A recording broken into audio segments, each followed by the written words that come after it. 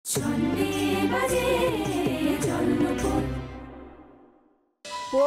বাবা, তোমার শ্বশুরই কত করে বললে ও তো আমাদের বাড়িতে তো অনেক বিপদ যাচ্ছে, তুমি কটা দিন একটু গাড়ি চালানো বন্ধ করে দিই কিনি বাইরে।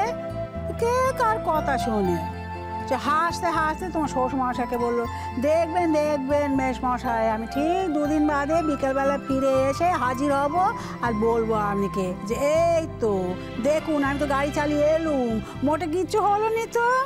কি কিছু গোল টেবিল বৈঠক হচ্ছে মনে হচ্ছে?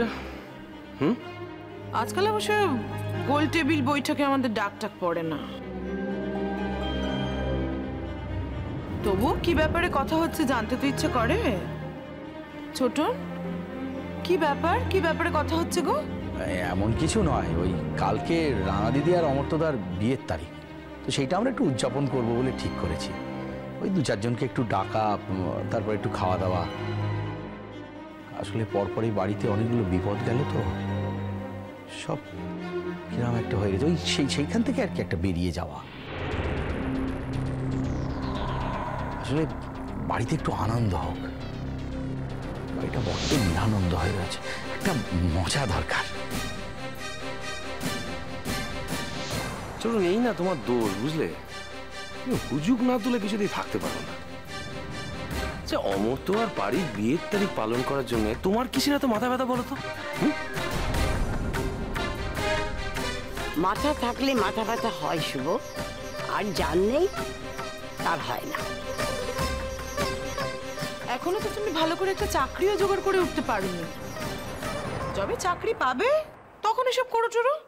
নাহলে বোনের বিয়ের তারিখ পালন করতে তো তোমাকে এখন অন্যদের উপরই ভরসা করতে হবে, তাই না? না, হবে না। আর যদিও বা হয়, সে মানুষটা শুভ না। কি আশ্চর্য শোনা যেটা, আমি তো ভালোর জন্যই একটা ভালো কথা বললাম, আর আপনি আমাকে।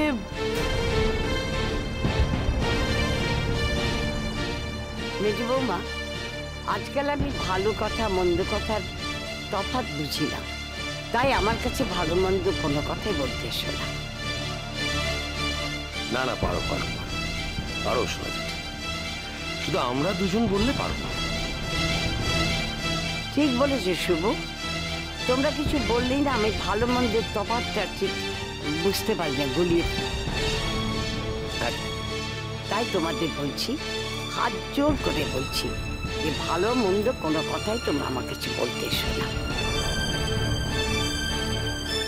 ও মা, আমি ভাবলুম সকলের মতে মত দিবি, হ্যাঁ, এবার বলবি যে বনে তো কোনো আনন্দ নেই।